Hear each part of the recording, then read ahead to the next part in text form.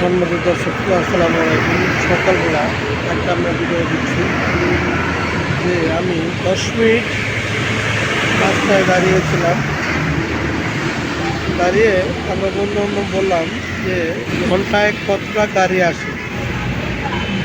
আমরা 1 ঘন্টা তো দাঁড়ানো সম্ভব না, সেক্ষেত্রে আমরা 10 মিনিট গাড়ি কাউন্ট করছি। 10 মিনিটে আপনার 925টা গাড়ি আসছে। এখন যদি আমরা না গুনতাম তাহলে আমাদের মনে একটা সন্দেহ থাকতে।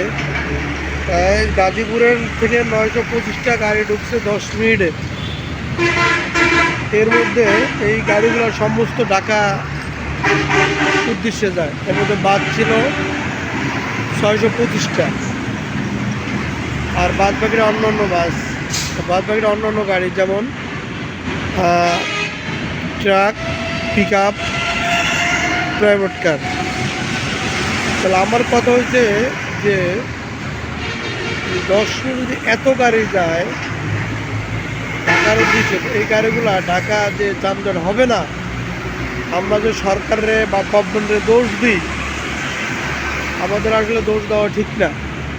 কারণ হচ্ছে এই গাড়িগুলো তো সমস্ত জায়গায় পার্কিং, কোনো রাস্তার মাথায় এবং যে কোনো জায়গায় রাখবে, তো সেক্ষেত্রে যানজট হওয়াটাই স্বাভাবিক। আমাদের উদ্দেশ্য হচ্ছে সায়দাবাদ এবং মহাখালী এবং গাবতলী টার্মিনাল, এগুলো যে কোনো জায়গায় স্থানান্তর করলে আমার মনে হয় এই যানজট থাকবে না। ধন্যবাদ, ভালো থাকবেন, আসসালামু আলাইকুম।